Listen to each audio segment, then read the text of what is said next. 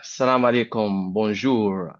I hope you are doing well. Welcome to our today's webinar, part of the Africa Dialogue Series 2026. Today we are having the youth stage webinar on the topic at hand, which is water and sanitation as drivers for economic transformation and sustainable urbanization.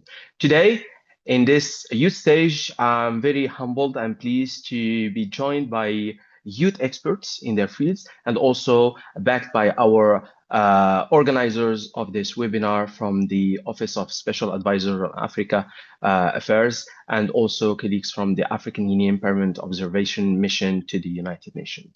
So this youth stage is actually getting its echo because there was, and it's still proving that by having the insights from the senior technical expert, we still need to listen from the youth minds. And this panel is actually right for serving this objective. So in line with the IDS 2026 objectives and the weekly activity structure dedicated for the youth engagement, this actually youth stage is aiming to amplify our African youth perspectives on water and sanitation governance, explore water and sanitation as catalysts for economic transformation, urban resilience, social inclusion, entrepreneurship, climate adaptation, and for sure, peace building by showcasing youth-led innovation and local solutions. We'll be hearing from our panelists right about that. And also, we will try to have some recommendations that will be put forward for our next upcoming high-level dialogue. So these perspectives actually feed in this critical discussion about water and sanitation. With no further ado, I yield the floor to the representative of the Office of Special Advisor on Africa, Ms. Juliet. The floor is yours. Yes, good morning, good afternoon, good evening, colleagues, wherever you're logging in from. Thanks, Arif. You've laid it out very nicely, the purpose why we are here. We welcome you on behalf, I'll welcome you on behalf of the Office of the Special Advisor on Africa, as well as the AU Permanent Observer Mission here in New York. In addition to the key partners who have delivered this week, theme of the year 2026 ADS, which is the UN Habitat and the AUDA Now, my role is to give you an idea about what ADS is all about. It's a flagship. We take it the whole month of May to deliberate on the issues based on the theme of the year endorsed by the heads of state for the African Union. And we divide it into weeks. So last week, we covered the issues that were connected to the asset management. And the theme was a strategic asset management approach for the Africa's water resources. This week is, of course, you are here for the youth stage for the water sanitation as drivers for economic transformation and sustainable urbanization. Next week, we will also have, similar to this week, a complete week dedicated to issues related to water sanitation for peace, energy, and food security. The youth stages, as Arif you've already alluded to, they are key blocks that feed into the entire process, the whole month leading up to the high-level policy dialogue. Before perhaps giving you the floor so that you have all the time to deliberate and have a conversation, I wanted to highlight a few points. One is about water is a lifeblood for Africa's future. As the continent undergoes historical transition, which is connected to rapid urbanization, where we see a lot of movement from the rural to the urban areas, the industrial ambition and the changing climate, managing water resources as a strategic asset is no longer an option. It is essential to the stability of inclusive growth. Number two is about water as a strategic asset, as emphasis It has to be there for sure because water is an invisible thread connecting massive hydroelectric dam to Light Hospital and to clean water, wastewater plant thrive towards thriving industrial zones that the continent is aspiring for. By harnessing water and as a driver of economic transformation and sustainable development, the continent is set to turn this most precious resource into a most powerful tool for prosperity for all. That leads me to the third point and the last one, which is about the role of the youth, African youth. Based on the strategic shift in the continent, Africa's vision for water to 2063, emphasis is on that you are no longer beneficiaries. You are the engine that will operationalize the transformation that the continent is looking for. Why so? It's because there is a projection now by the UN statistics that by 2050, African youth will be up to about 1.4 billion. That means you are the stakeholders who will manage these strategic assets for the continent. And as you deliberate on today's issues, must drive the agenda. Put yourself in that space, not to ask the leaders in the continent, but you taking on this baton right away for the Africa we want as a continent where water is the step that will lead us all towards the job creation that we're looking for, employment for the young people. Water is also a step that works for the city to function. And finally, water is the future that will be connect inclusivity on the continent. We look forward to the interesting dynamic conversation today and keep in mind that we're looking for the key call to action points that we can distill and take towards not only the high level policy dialogue, but also feed into the high level political forum ECOSOC in July, leading up to December during the UN conference on water. So the deliberations are quite critical, is that the chain we're looking for moving forward. Thank you very much. Over to you, Mr. Moderator Arif. Thank you. Thank you so much.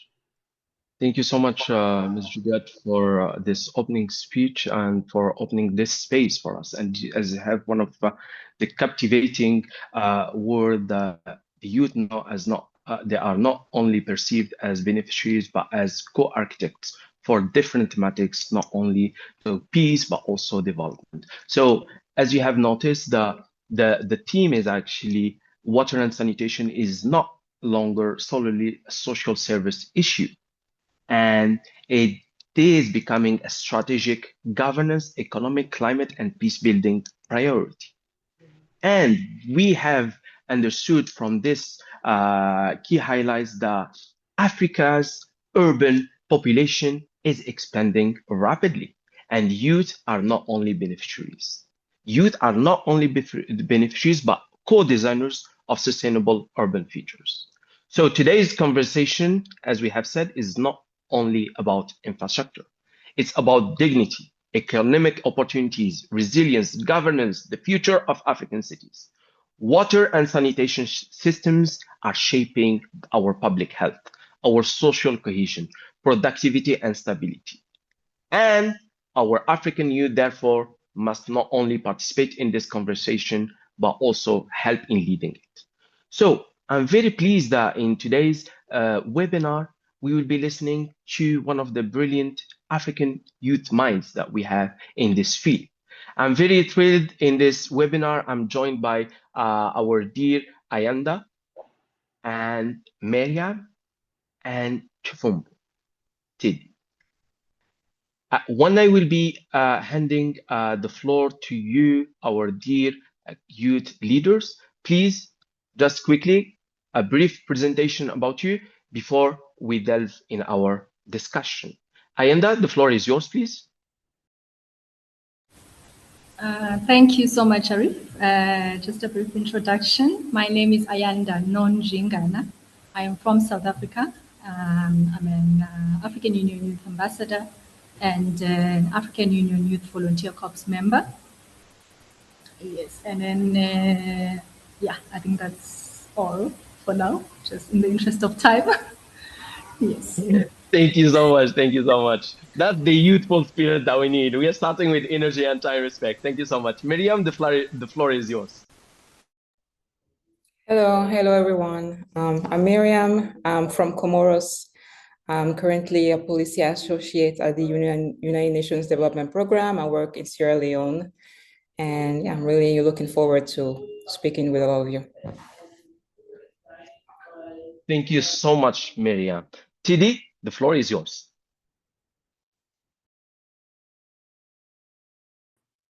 Hi everybody, my name is Chifumbano Teddy Katongo. Yeah, it's my name is a sentence on its own, and I'm really happy to be here. I'm the founder of the Zambia Youth Parliament for Water, and I'm the current president for the World Youth Parliament for Water. Thank you very much. Thank you, TD, Miriam, and Ayanda, for being with us today, for finding the time in order to share your perspectives on our topic, which is water and sanitation as driver for economic development in Africa. So let us start with our very first question, which is addressed to Ayanda.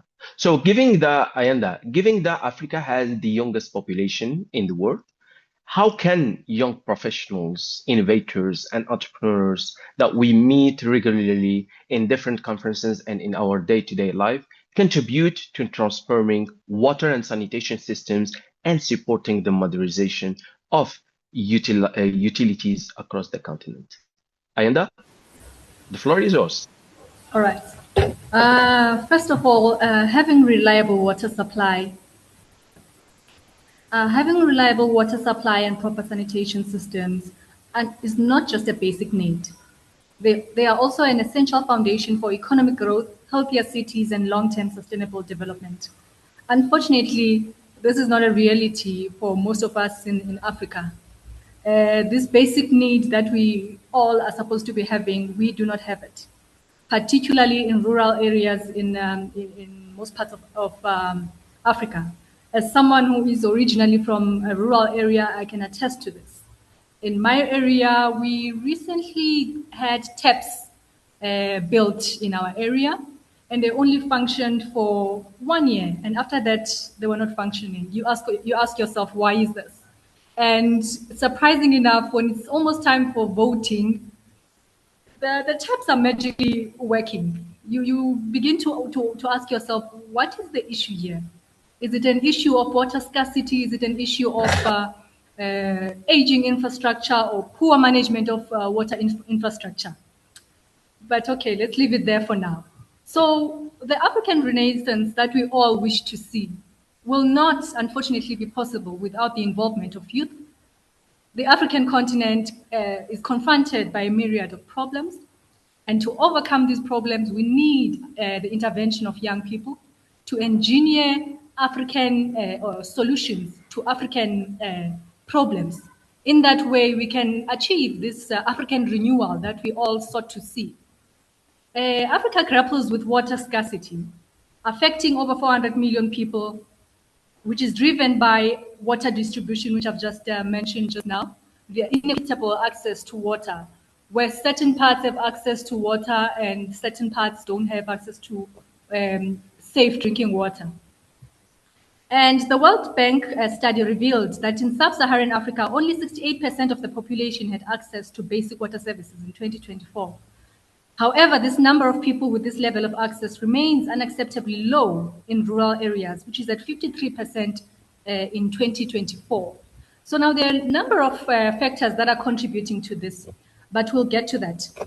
So now how can young people transform water and sanitation services? So first of all, entrepreneurs can launch water-focused startups and social enterprises.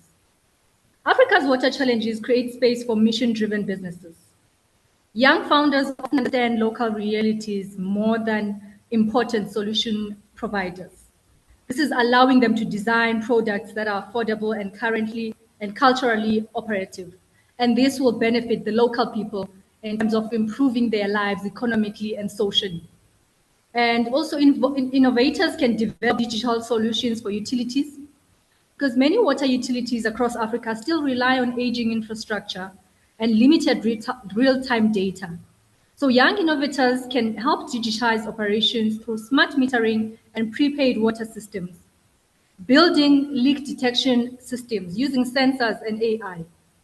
For example, where I am from, you get instances where you get unplanned water cuts, and they are referencing to pipes that have burst. They are referencing to treatment plants that were not maintained.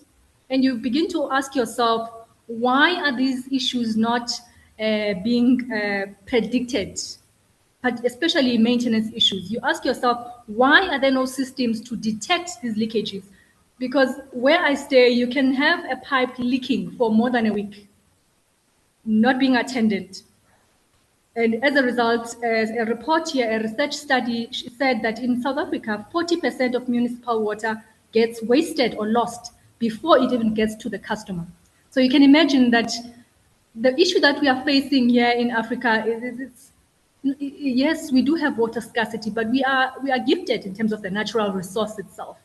But the problem becomes with the maintenance and the management of the water in terms of managing it and making sure that it is then converted into drinkable water. So if we are losing 40%, this is money. So the systems that are being paid for that are treating this water, they are treating only 60% that will then be able to generate revenue. A whole 40% is being lost, and our municipalities already they are suffering in terms of their financial budgets. So if we are losing 40%, that's a lot of money that we're using. And we often get told that our municipalities don't have money, you know, all those stories. But when you see that there are gaps, there are wasteful project. This is a wasteful project. It should even fall under wasteful expenditure, because how can you allow such things to continue? Because if you are aware that 40% of the water is getting wasted, and rainwater, for example, in our case, because the water is purified by rainwater and rainwater sells it to the municipality, then the municipality then directs it to the customer. So then now this is taxpayers' money that is being wasted, because you are paying for services and along the way there's spillages. So we really need these leak detection systems, whether they'll be using sensors or artificial intelligence. I think we are all aware of the power of artificial intelligence in this age. So we shouldn't be having such issues where we can't even detect whether our systems are operating optimally. We can't even predict the maintenance needs. In fact, we don't even have the schedules. We don't even have the schedules to say, now we have this infrastructure, we should be maintaining it. We've got specialists, we've got educated people, you know, that can be able to give you a plan to say, these systems are supposed to be maintained in regular 6-month intervals, for instance, but that is not being done. We also need young innovators to develop these predictive maintenance tools for these pumps and these treatment plants. And then lastly, young leaders often have stronger reach through social media, local networks, and grassroots organizing. They can help promote water conservation. They can help improve hygiene awareness. They can also increase accountability in service delivery, because they know what services they are not getting and what services they should be getting. So they should be in dialogue with the municipalities, or even with the representatives from the municipalities, because there's representatives, and that's what they are here for. When you have issues that you're supposed to be raising these issues. So young people are supposed to come together and raise these issues, and not just sit back and say the government must do whatever. Transforming Africa requires collective action. And unfortunately or fortunately, the youth is one of the key stakeholders that are very integral in transforming Africa. If we as youth want to sit back and expect to reap the benefits, we are unfortunately getting it wrong. We have a Thank very you. integral role. Sorry. Thank you so much, Ayanda. I will go back to you since you I are was starting wrapping to up elaborating anyway. on. It's fine. No, no, no, no, no. What you are saying is actually setting the pace for our other panelists, our colleagues. But I will go back to you and we'll elaborate more on what the youth can put on the table on this matter. Okay, thank you so much. And now we move to our next panelist, Miriam. Miriam, we heard from Ayanda the different issues that is we are facing in our day-to-day life when it comes to water and sanitation systems, from aging utilities to maintenance needs. And also she spoke about AI, the use of AI in this field. And you come from a background, you are a policy associate fellow, and you work with the UNDP Sierra Leone. So from your point of view, and now my question is to you, Miriam, water across Africa cities, there is this rapid urban growth, which is consistently outpacing sanitation planning, particularly in informal settlements in rural areas, where frameworks drafted in the capital cities, which rarely affect the lives on the ground. So my question is, what would truly inclusive water governance look like? And what must change at the institutional level to get there? Miriam, please, you do have the floor. Thank you so much. I'll try to do as well as Ayanda.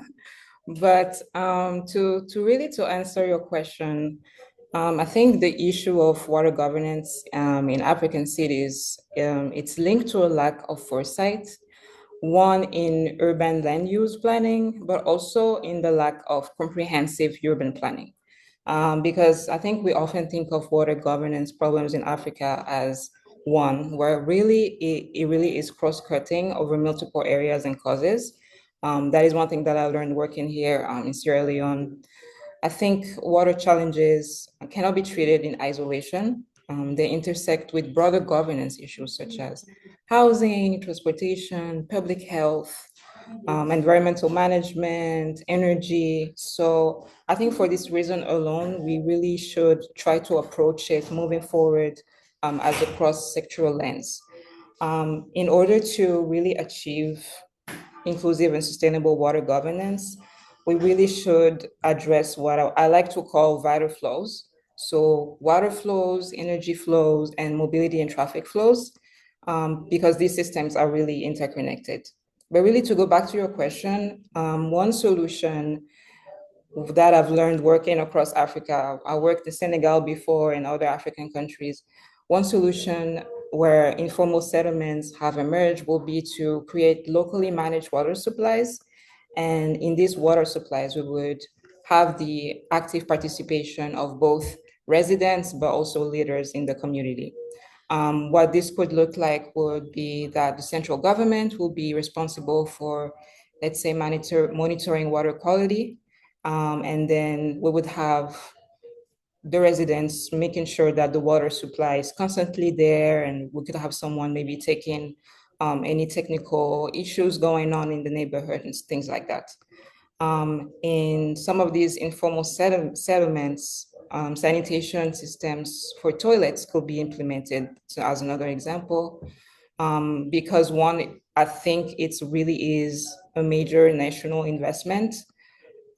It also raises a public health issue. If we think of transmittable diseases like malaria and cholera, so having that system in place really could help in many, many other areas in governance.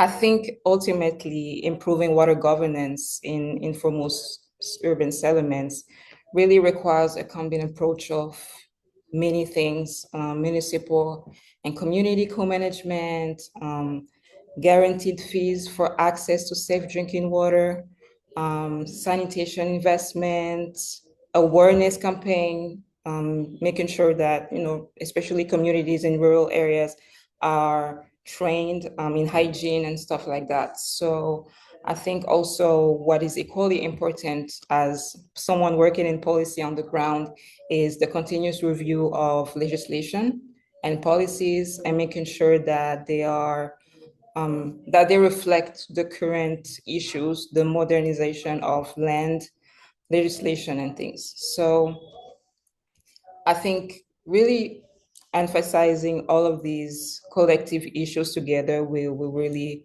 move ourselves forward.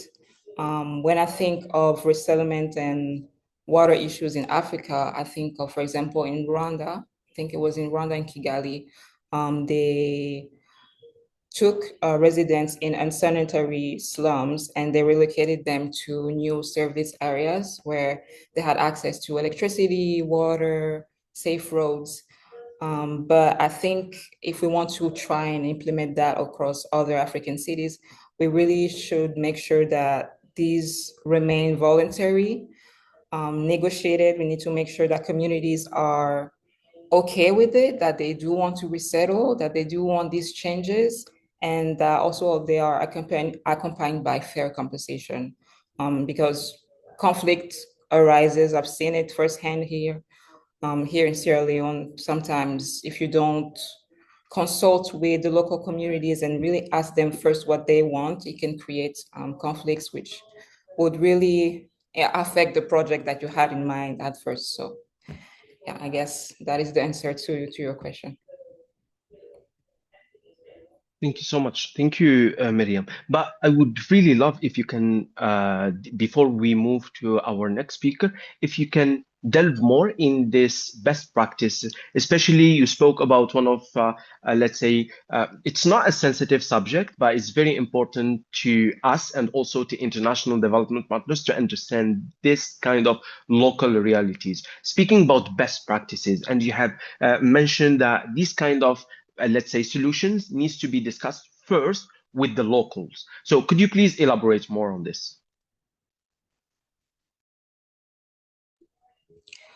I spoke about this because I've been working closely with the peace building team at my office, and their role is really to make sure that any project that we implement doesn't reflect in potential conflicts in the future, to make sure that we consider social, economic, cultural context in every project that we do. So I think that also relates to water and creating new water technology or new infrastructures. We need to make sure that all of these solutions are people centered. So I think what that could look like is, I don't know, maybe having a clear analysis at first with the communities that we want to help, making sure that we have people that go to the communities, speak to them, understand their needs, their wants, because they know best what they want for their communities. And so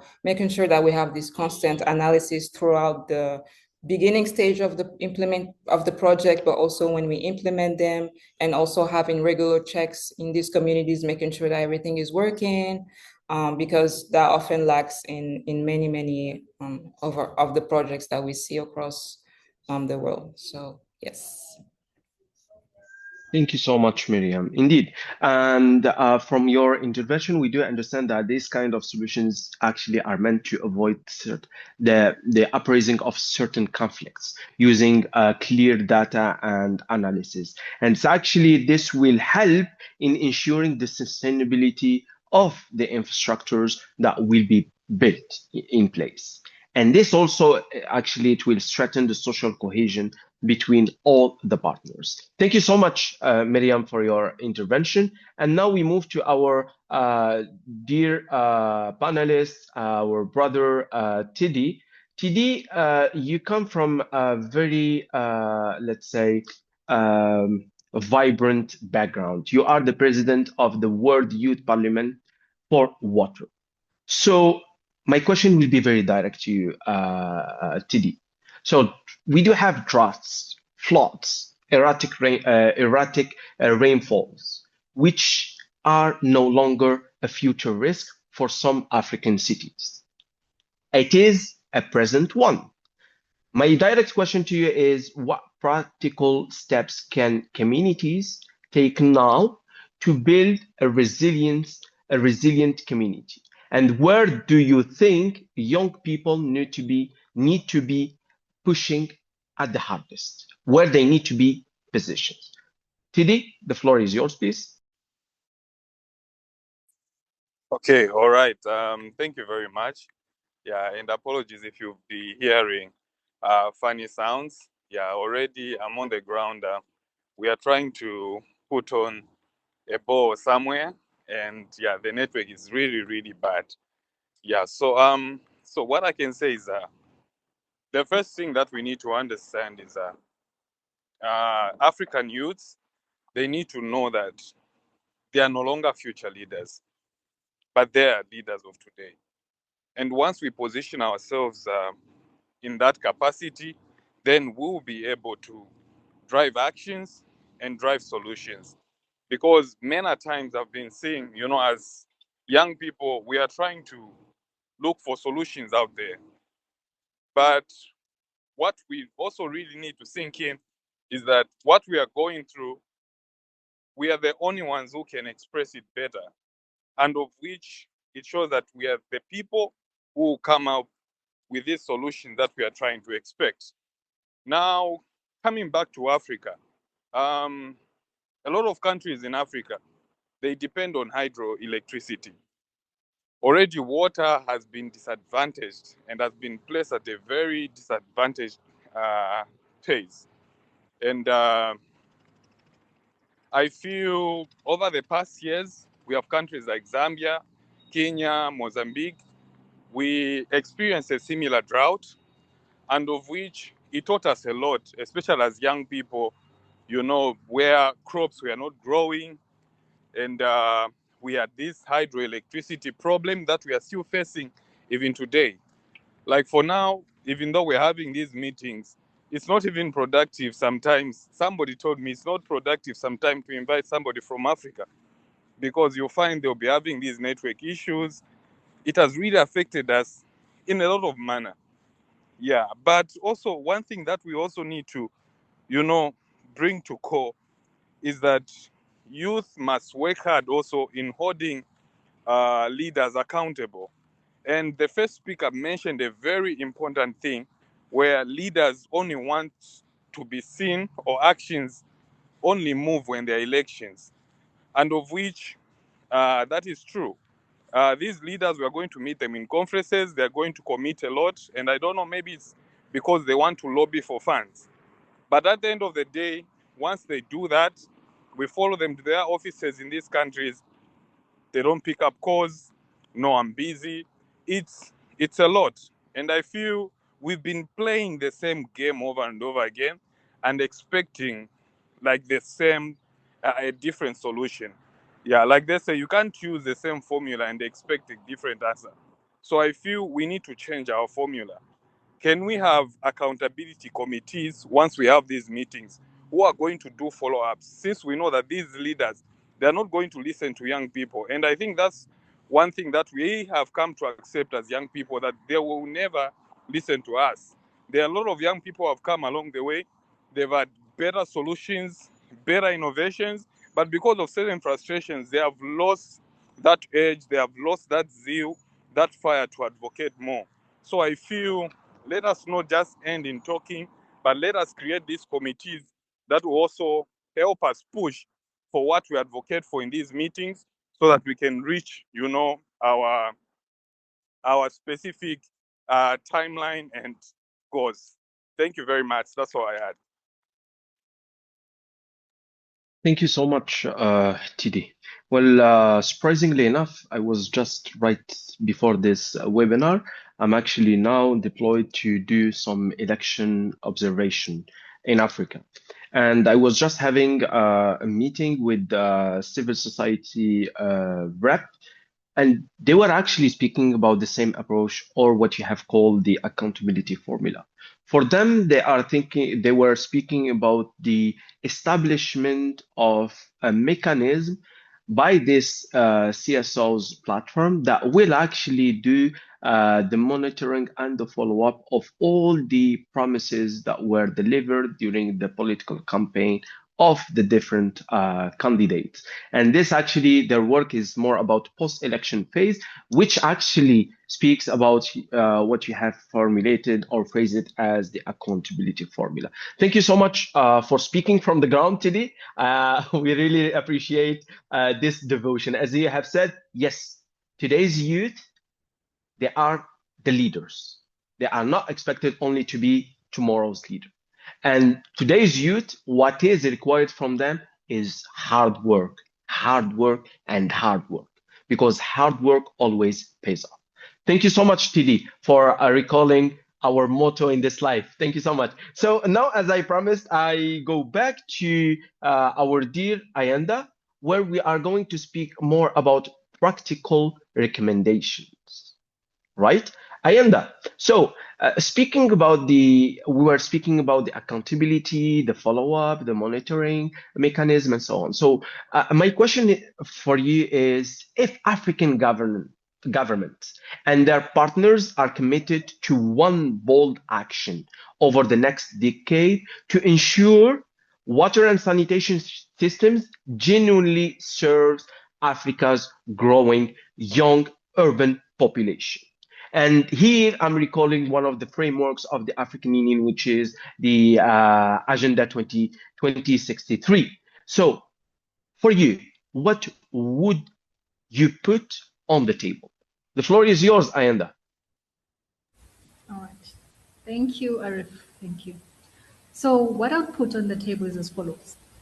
So for every rapidly growing African city, there should be a utility capable of delivering a reliable, affordable, climate resilient water and sanitation services using modern technology, transparent governance, and youth-led innovation.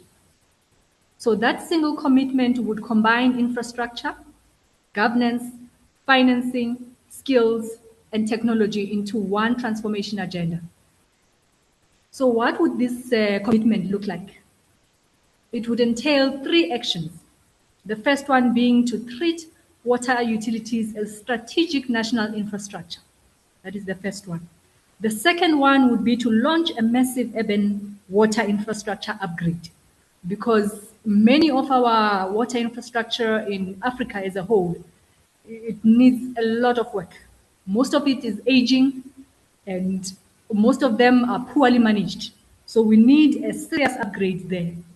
And the last action would be to make digital transformation mandatory in all our water and sanitation systems.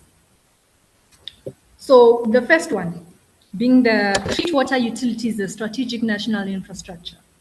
So many utilities are underfunded public service departments rather than high-performing public institutions. I'll make an example here. I'm not sure if any of you knows of the Lesotho Highlands project, water project. So Lesotho is a beautiful, amazing highlands water project, which supplies South Africa. I'm not sure which other country. But now people in Lesotho are struggling. So it means the project was underfunded. So now they need to make money to sustain this project. They can't serve the people of Lesotho. And the people of Lesotho are now angry because they don't understand. They were not consulted.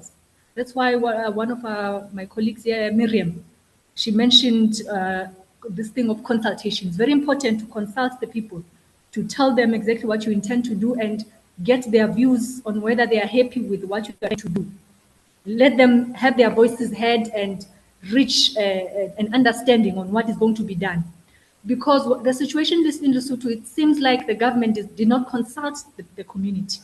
Now the community does not understand why they are not being prioritized. The government is sending water out of the country and they are suffering. But now I understand, when I look deeply into it, I understand that they had to gamble, because that water plant also provides electricity. So then they had to choose between water and electricity. So only a small portion of the Lesotho communities get the water, and then the bulk doesn't get the water. But majority of them get electricity. It means that is what the government officials said and discussed. But now the problem is that the community was not consulted in those engagements. Now they are devastated. And this is one thing that leads to infrastructure disentanglement, which happens a lot in most parts of Africa, because if you don't consult the community about a project that you've built, they are going to destroy it. You need to consult them so that they understand the benefits, they understand the purpose, they understand how they are supposed to protect this project and understand that it is for their benefit. So that is why we need to treat water utilities as strategic national infrastructure, and we can't leave the community behind when we are doing that. This is not a government project. This is a community project. So we have to involve everyone who is concerned. So the government would need to commit to professionalizing utility leadership, reducing political interference on these infrastructure projects, improving operational autonomy, and setting measurable service targets. So utilities should be managed with the same seriousness as the power grids, the ports, or the telecom networks, because they deserve that treatment. And the second one is to launch a massive urban water infrastructure upgrade to all the key water and sanitation infrastructure. Africa's urban population is expected to grow dramatically over the coming decades, and existing systems are not designed for that scale. A Nestle report reported that demand will exceed supply by 17% by 2030. And the current infrastructure that we have is not capacitated for that growth. So if we don't wake up, we're going to face serious problems where we have water deficits. So the commitment would include expanding piped water networks, modern wastewater treatment, replacing aging pipes, reducing non-revenue water losses that I spoke about earlier, and stormwater management, as well as sanitation access in informal settlements to ensure equitable access to these water and sanitation services. So the emphasis should be on future-ready systems, not temporary fixes, because the temporary fixes are that are making us lose money. And they are the ones that are making us to not enjoy these basic services that we ought to enjoy as a whole. So the last action would be to make digital transformation mandatory for all these water and sanitation projects. Every utility modernization program would include smart metering, GIS-based asset management, digital billing, mobile payments, leak detection systems, real-time monitoring to see the consumption, to see maintenance issues, to see utilization, to see billing, to see everything, and so that we are able to have our experts analyze this data and inform improvements on these systems. And then we need to also have open performance dashboards which are accessible to everyone, so that everyone can see how these systems are performing, so that we can be able to monitor where we can be able to improve and where we are doing well. And without digital visibility, utilities cannot scale efficiently. So this also creates a major employment pathway for Africa's young tech workforce, because a number of tech-savvy Africans will then be able to take part in these projects and make a meaningful contribution in transforming these water and sanitation systems. That's all. Ayanda, I seriously thank you above your insightful contribution. Like, you literally respect time to the seconds, not only. Very much proud of you. Thank you so much. So before I move to Miriam, I just want to highlight, we were speaking about inclusivity and consultation, and now we are discussing with our dear panelists. Thank you so much for raising this up. Speaking of which, also this is to our dear youth who are following us through the different platforms. Please, if you have any questions, don't hesitate to send your question or raise your hand. And from our team, they will for sure raise your hand and put your mic muted until they will give you the floor. Okay, so thank you so much, and please keep your questions coming in the chat box. And now I move to our dear Miriam. Miriam, please, the floor is yours, and the same question.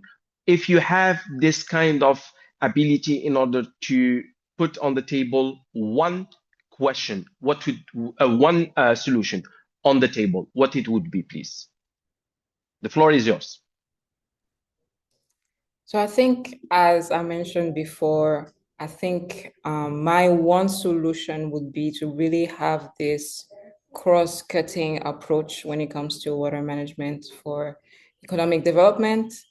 I think really addressing water governments in African cities, it really requires a long-term and integrated approach, which should be centered on first ensuring that minimum access to safe drinking water are everywhere and especially in rural communities.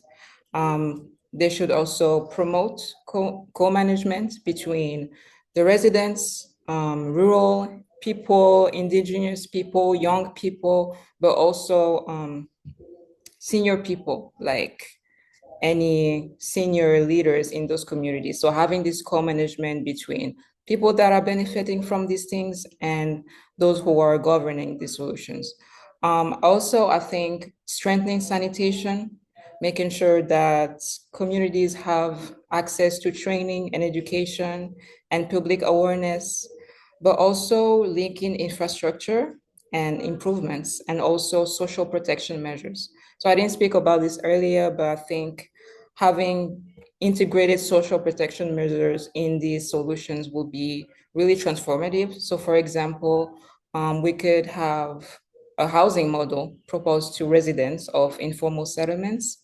And this model will be paired with a social protection program where families could commit to a minimum level of hygiene training in exchange for, let's say, maybe regular financial support, which also constitutes a social safety net in most of these communities where most people are living under the level of poverty rate and stuff. So this will not only improve living conditions, but will also strengthen long-term public health outcomes and community resilience, which continues and cuts across economic development, which we are discussing today.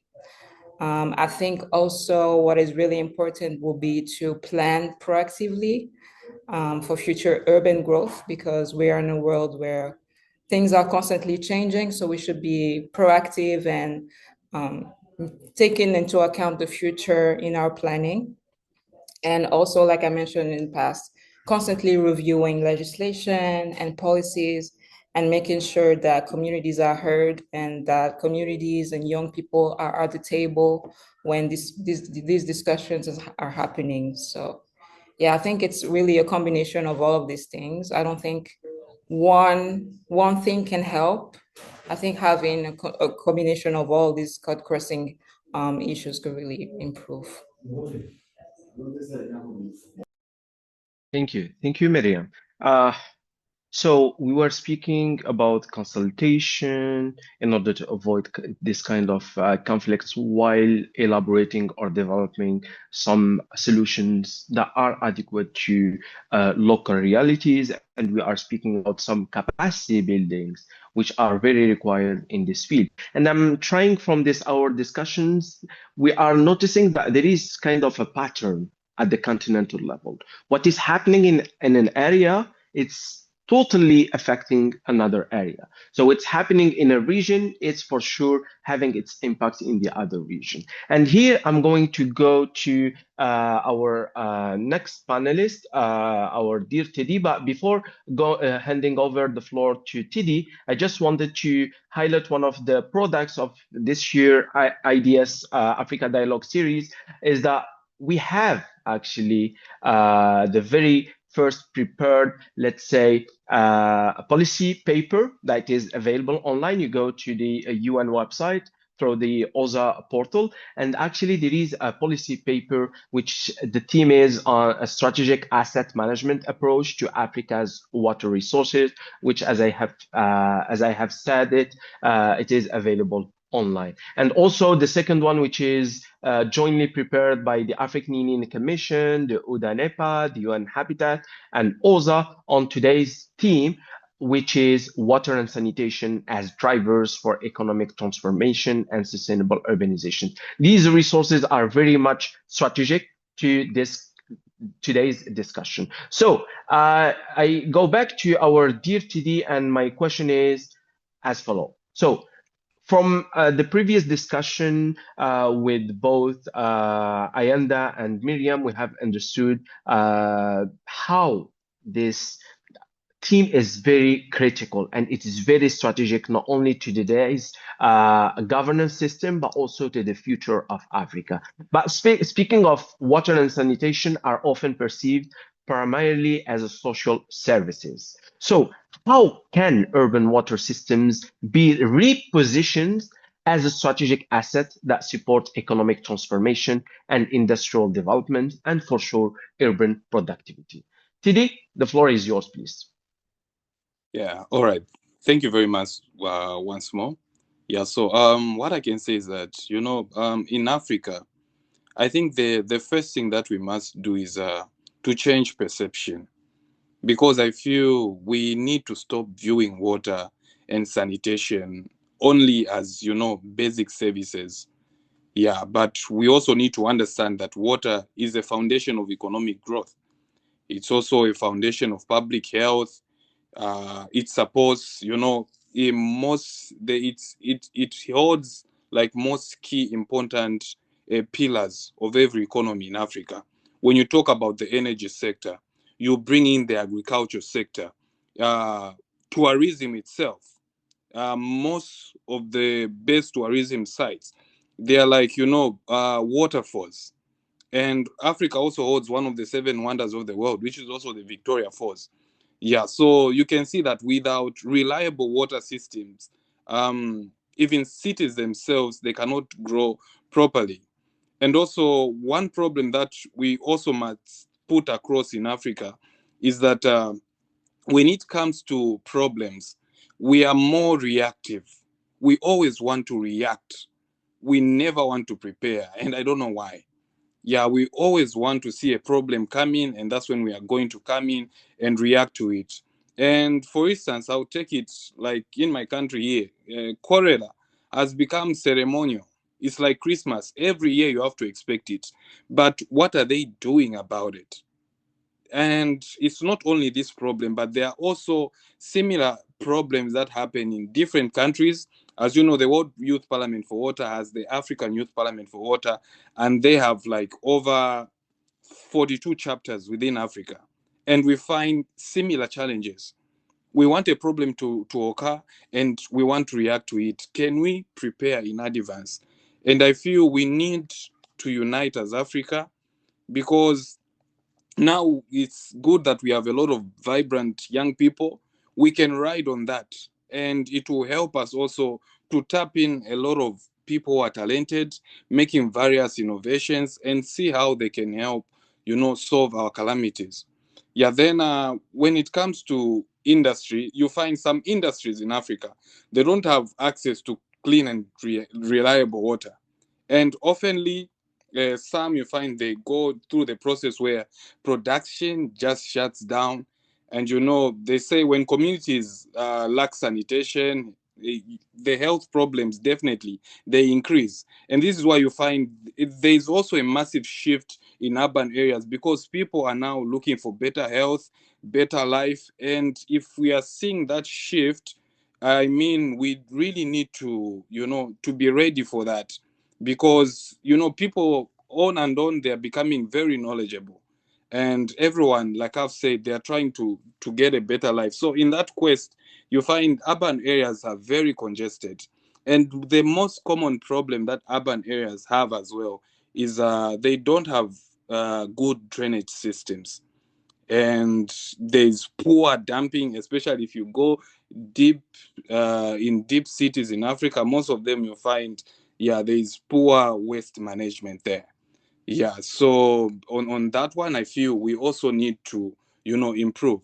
Yeah, then coming back to it, when we talk about urban water systems, I feel we need to have strategic infrastructures. Like I said, most of us, you find their industry there, they rely on electricity, and of which they are all correlated. We have the digital connectivity, the we need to put in across. If we are having waste management problems, we need recycling technology as well, and we also need to invest more in that.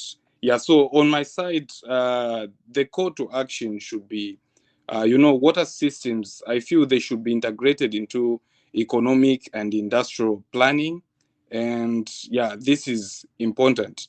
Then cities must also support these innovations that come up in sanitation. We talk about recycling again, waste management, which is also very important.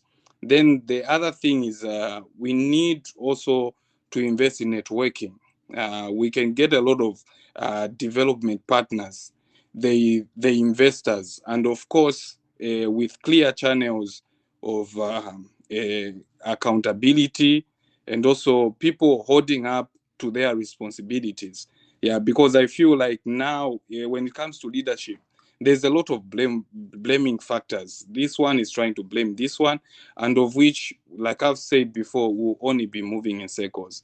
Yeah, so we need to have those proper channels put in place, because I feel Africa's future depends on how we are going to manage water today. So if we invest wisely, water can become like one of our greatest drivers of economic transformation, and also sustainable urban development across the community, yeah, the continent at large. Thank you very much.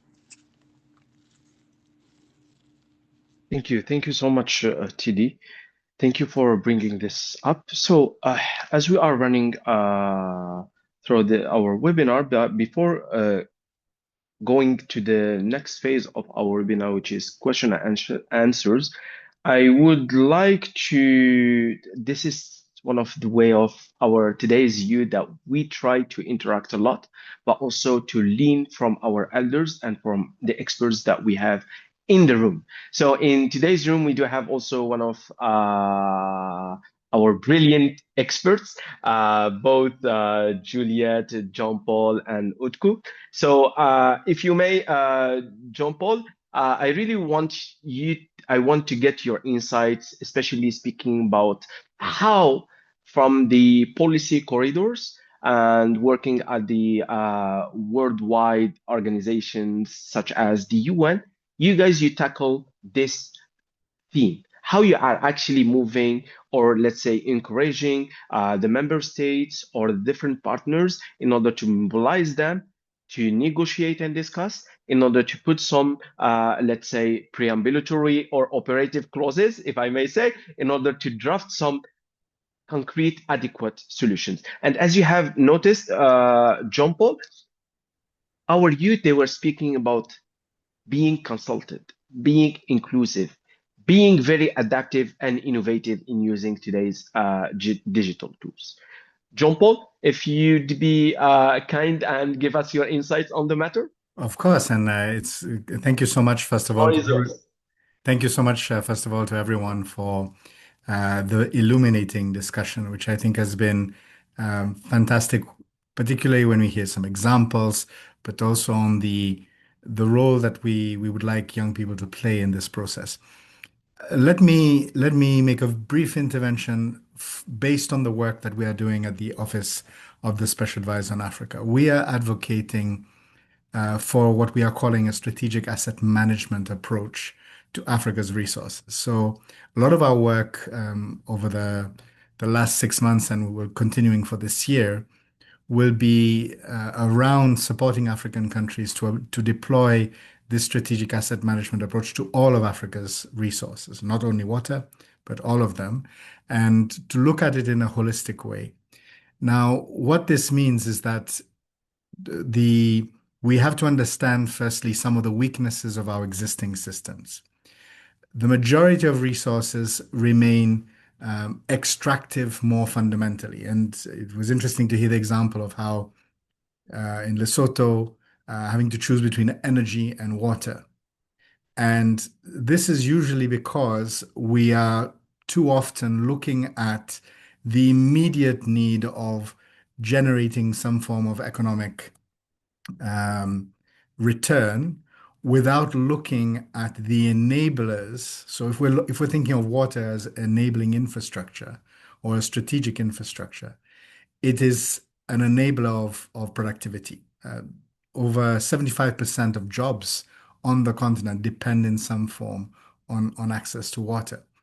And we therefore need to look at the investment in terms of this infrastructure, not just in terms of the immediate return, meaning a water company, how much money can it raise, but look at it in terms of the multiplier effect that this infrastructure creates for the economy broadly, how this unlocks the opportunity for small and medium enterprises, how this unlocks the opportunity for agriculture and for industrialization. We will not have industrialization on the continent without this investment in water and the universal access to water and addressing the rural urban divide, because we are seeing cities that are generating the majority of growth across the continent. But if you have no access to water also in the rural areas, then you cannot unlock agriculture fully.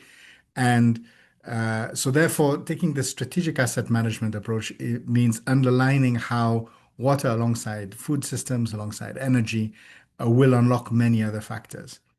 And being able to look at, therefore, whatever small amount of resources, we are in a very difficult moment for all countries in the world, but in Africa, the fiscal space is very constrained. There are very limited resources to invest.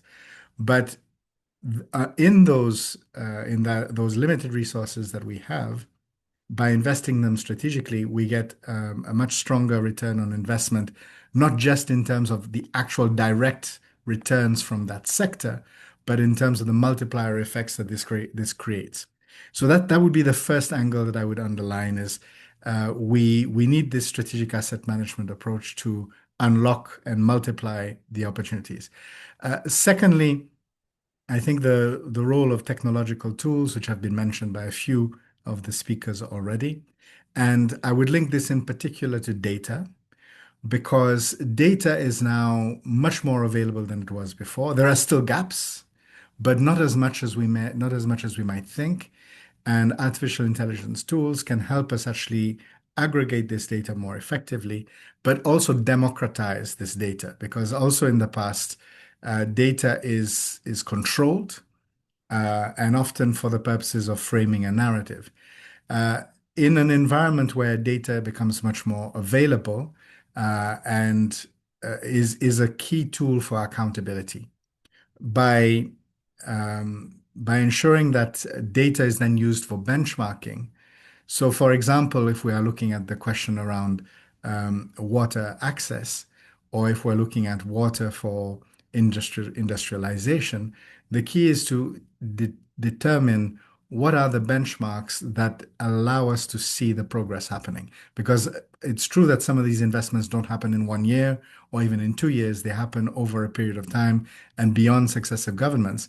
But accountability means that we have to ensure that the data points show the progress that is happening.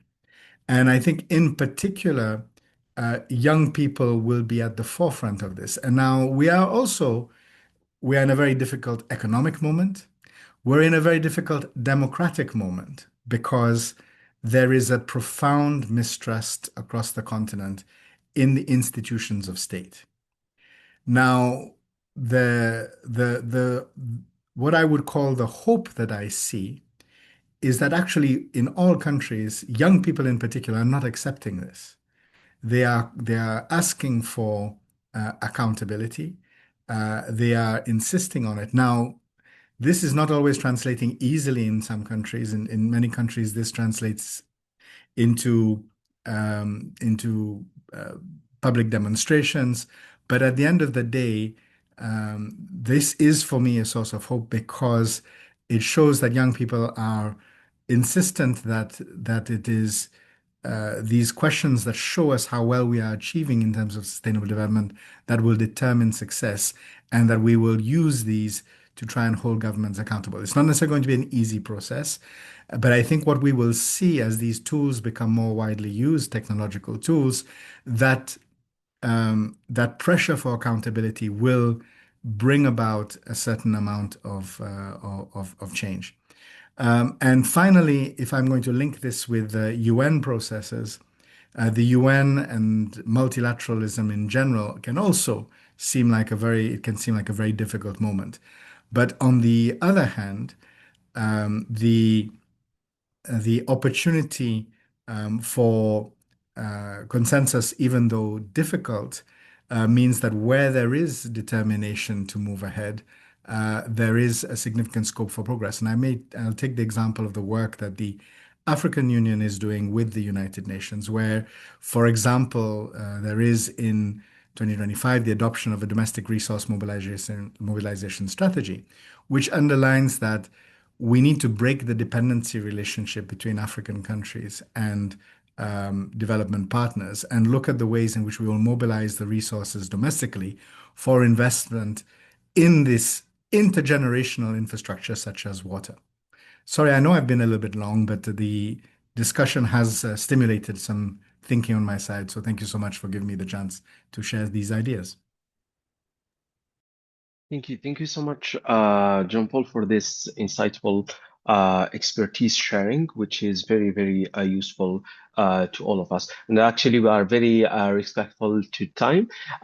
So now, before opening the Q&A questions, please, are there any ones who wants to raise their questions? Please just raise your hand so that we can see you and give you the floor. Okay, so while waiting for the questions from the floor, I just wanted also to get the insights from one of our senior colleagues at the OZA office. Utkut, could you please give us also your insights on the matter, please? Briefly. Arif, thank you very much for coming back to me on this thing. And I actually have to thank Jean-Paul, because thanks to his intervention, I will be able to be very brief. His framed the topic very well. Our holistic approach to strategic asset management, Africa's water resource. This applies to Africa's water resources, but also its other resources, the human resources, physical infrastructure. So he's highlighted the holistic nature of it. He's highlighted the data-driven nature of it, and he's highlighted the accountability aspect of it. So all of those things will, however, be meaningful if they lead to meaningful change and if they lead to concrete actions. Now, on the side, from the perspective of this conversation, we are actually fortunate enough to be able to share our thoughts with you, but you are the ones actually who will hold us to task. Because why do we need benchmarking? Why do we need accountability? We need to see concrete change, and that concrete change can only come about if the youth is there. You are united, you raise your voices, and you make sure that all of this accountability, data, benchmarking, holistic approaches lead to a more democratized, less polarized, and a more unified approach to water security in a very polarized and divided world. So I think I will, again, of all the things, if I were to pick one, I would say governance and accountability really matters, and it starts at the grassroots level. If the youth give up, then this battle is lost. If the youth raise their voices and hold us to task, then you give us the power to fight this battle as well. And if this is, in fact, spread through, not necessarily only demographically, to also on the gender front as well, to overcome all these inequalities, then we are making progress. I think I will stop here and pass the word back to you, and thanks for the opportunity to share my thoughts.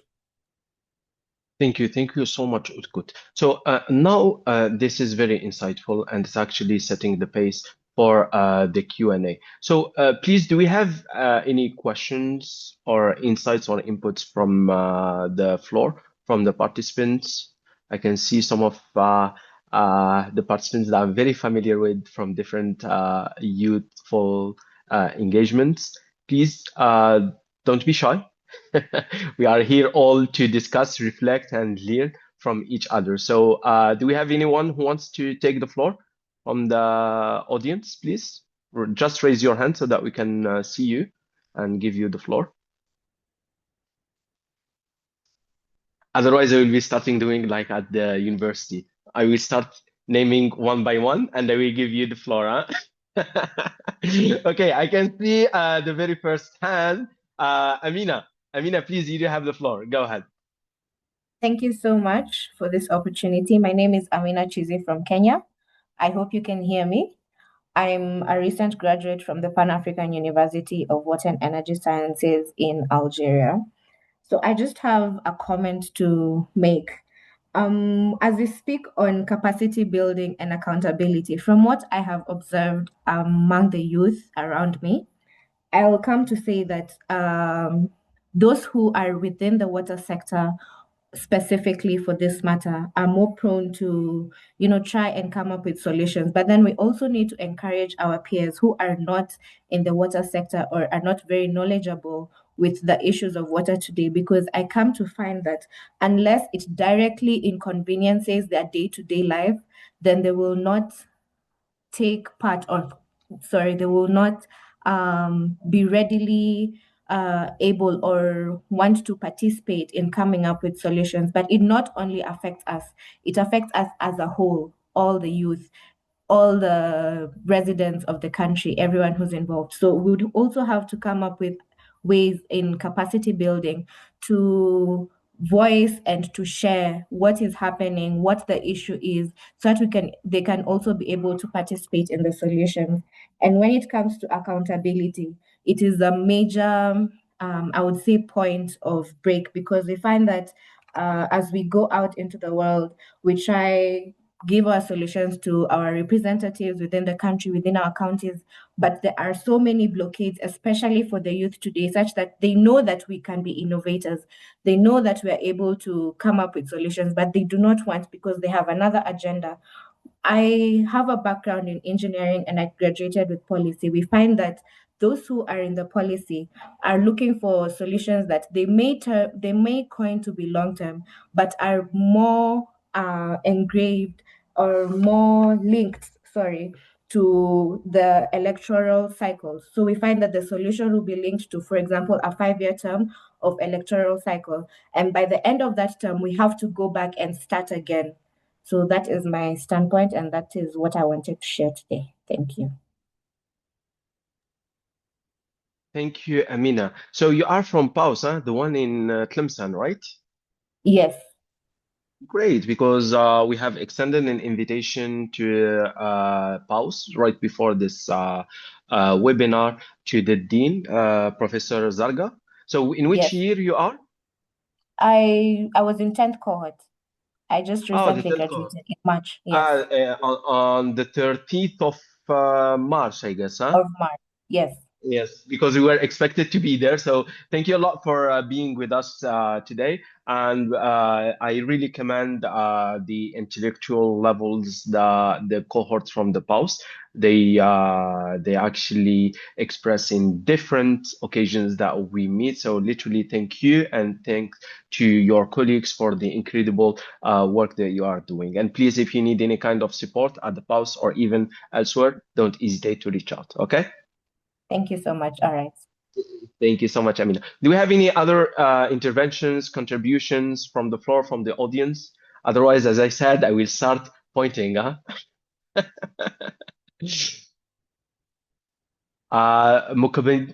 Okay, so let Mukambini, please, the floor is yours. Hi, everybody. My name is Faurelom Kumbeni, and I represent the Institute for Security Studies. It is a research and policy institute based here in Africa. We have multiple offices across the continent. I think what I wanted to just contribute to this discussion is around the mere fact that the continent is rapidly moving to the city, and when you talk about urbanization and the fact that 60% of urban Africans live in slums and informal settlements, the conversation always has to shift to where are the basic services because they are always lacking. And I think in such a context where we find ourselves that most city dwellers actually don't have those basic services and are therefore exposed to amplified risks and vulnerabilities, diseases, as well as climate risk as well, right? Amid the fact that we have a water scarce, most of our cities are water scarce, we also have people that are exposed to climate risk, therefore compounding the vulnerability.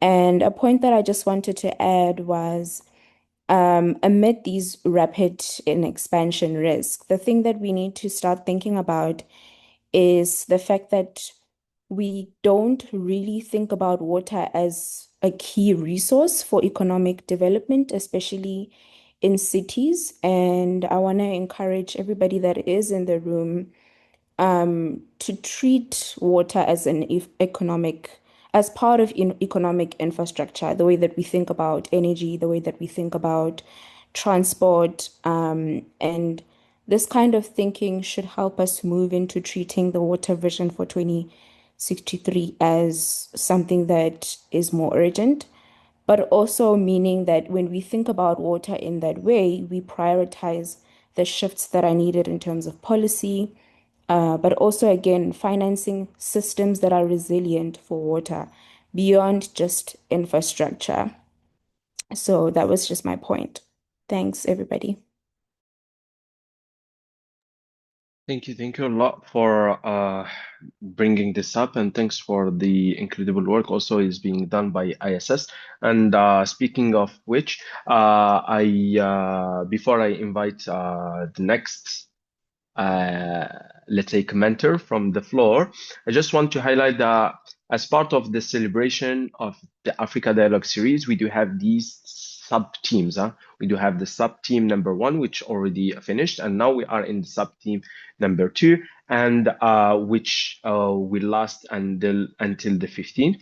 And right after that, we will be having the sub team number 3, which is going to be on water and sanitation for peace, energy, and food security, which will be focusing on hydropower and irrigation governance, conflict prevention, and peace dividend through water and sanitation resilience to floods and droughts. Okay, this will start on the 18th until the 22nd of May.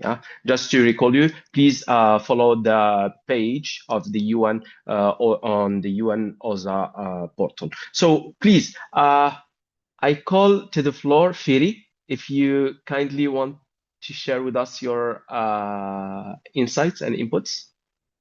Firi, you do have the floor.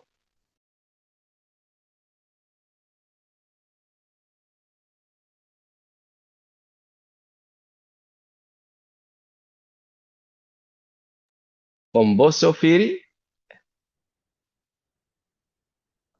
Hello. Can you get me? Yes, the floor is yours. Thank you so much for joining us. Thank you very much. Thank you for having such a lovely, lovely conversation. I was able to join in yesterday, and connecting yesterday's dialogue with today was such an amazing thing.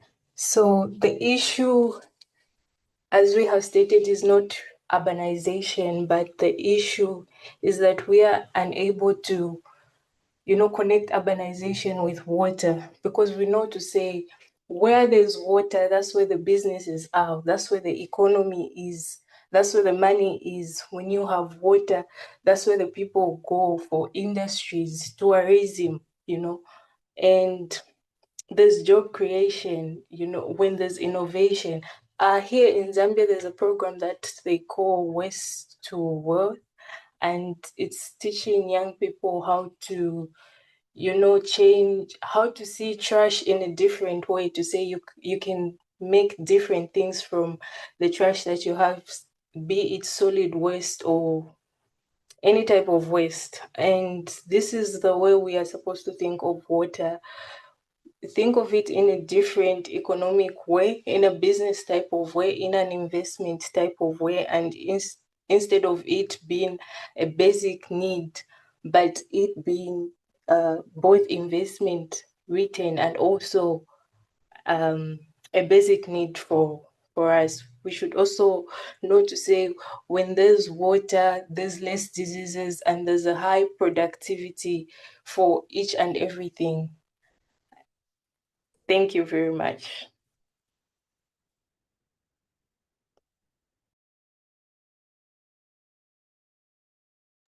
Thank you so much, Fili, for elaborating on this matter. I was reading Nkobe's contribution on the UNESCO's position to water and position. Nkobe, do you want to take the floor in order to elaborate more, please? If you want, for sure. And please, our fellow youth and participants, please don't be afraid from taking the floor. This is your first in, let's say, to build on your expertise and experience and to start sharing and also learning. Okay. So, Nkubi, do you want to share or elaborate more on what you have commented, please? You just need to raise your hand and unmute your mic.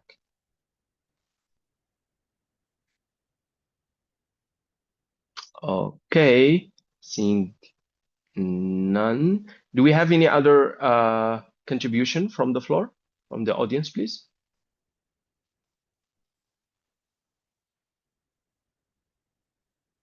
Okay. Seeing none, I go back. Oh, okay. Firi, your hand is still raised up. Could you Thank you please very raise it down? much. Yes, go ahead. I just have a comment. Earlier on, I heard one of the speakers say the older generation will never listen to us, and it kind of sparked up something. The older generation do listen to us, but we also have to put something on the table for them to be able to listen to us. I know to say not everyone that is older is definitely going to listen to us. But I hate to say, John Paul said something like, young people are so vocal, they go for protests, though I'm not saying we should be going for protests all the time, but we should reach a point where we speak out to the point where the older generation can be able to listen. And let's just look out for those people who are trusting us. It's not everyone, but definitely in our circle, we know to say we have these people who are older than us, who are more experienced than us, that are able to listen to us. And sometimes, they're skeptical because they know to say we don't have the experience or they haven't seen the potential in us.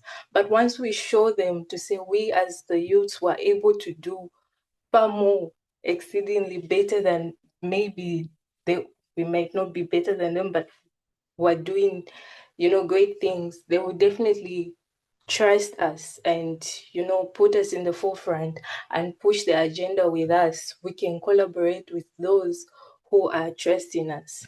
Thank you.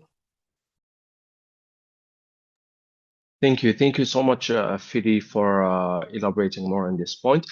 So before we wrap it up, before closing, one final word from our dear panelists. Let us start with TD in 13 seconds, please. A final word.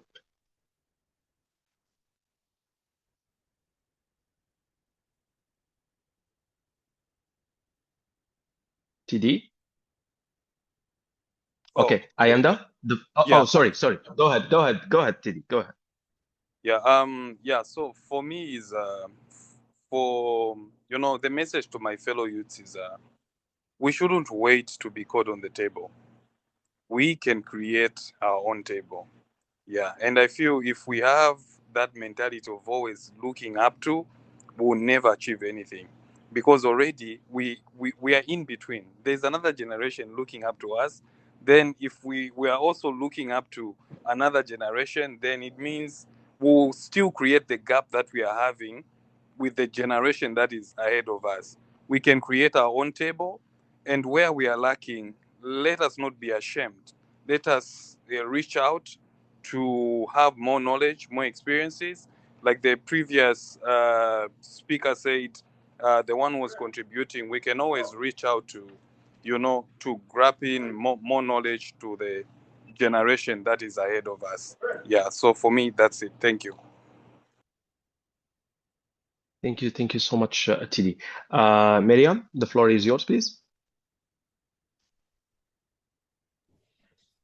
Yes, as Teddy said, I think also in the same way, I encourage everyone to speak up, talk to the elders, but also talk to your peers.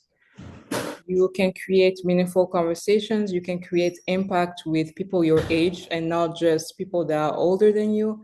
And I think we should rely on each other more, people within the same age more. And there are spaces available everywhere in your community, online if you can't, everywhere where you can really create impact and contribute to these discussions. And this webinar is one. I think we really should push these things forward more. And thank you for having the platform to discuss these issues. And yes.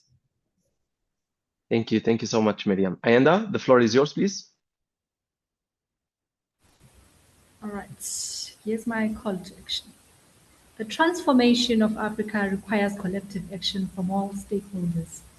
So I'd like to call upon all African youth to put forth concerted efforts to transform and harness water resources for the Africa we want.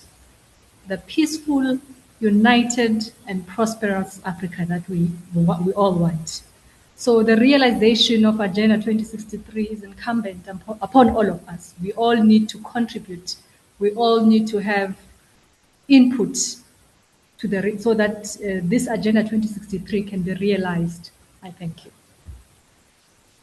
Thank you so much. So also for the participants, the audience, please, if you have any recommendations or inputs, you can go online and search for UN OSA, Office of Special Advisor on Africa, and you will find the open, let's say, open email address. Please formulate your recommendation and send it based on today's webinar, and I'm sure our technical team, they will forward it to us. Okay, so thank you so much. And now we go to the closing. I think we are we have respected time very well. So I hand it over to our dear Juliet from the Office of Special Advisor on Africa. Juliet, please, the floor is yours. In 2 to 3 minutes maximum, a closing remark, please.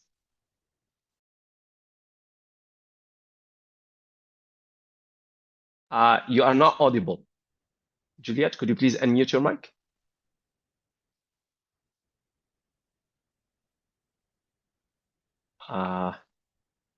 Juliet?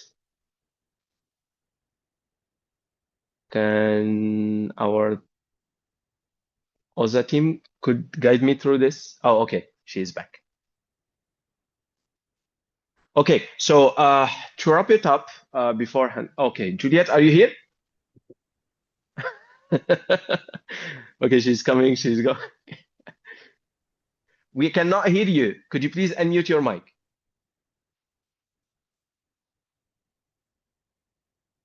Okay, can we have a representative from the OSA? Teddy, can I just quickly jump in here? I don't want to do an official closing, but I just would like to add one more thing to what I have said earlier. You know, I've been hearing this generational divide. The young people seem to be coming, concentrating in one corner and, looking at us as a different generation, seniors or elders. But the fact is, most of the innovations and the change that we have observed in the world was delivered to us by young and relentless people who never take no for an answer. They never give up, and they bring about that change. So the change doesn't come from old people or old institutions. The change doesn't come without fights. The change doesn't come automatically. So the business as usual doesn't generate it. The young people push us towards it, and and also think about the most beautiful masterpieces that we have, like the works by Mozart, for instance. They were all composed when he was young. So the young people, you guys have the power. So use it wisely and also push us forward. So that would be. I'm just saying this not to close the meeting. I'm just saying this to complete my earlier intervention because now is always the right time. So with those thoughts, I will yield the floor back to you. Thank you.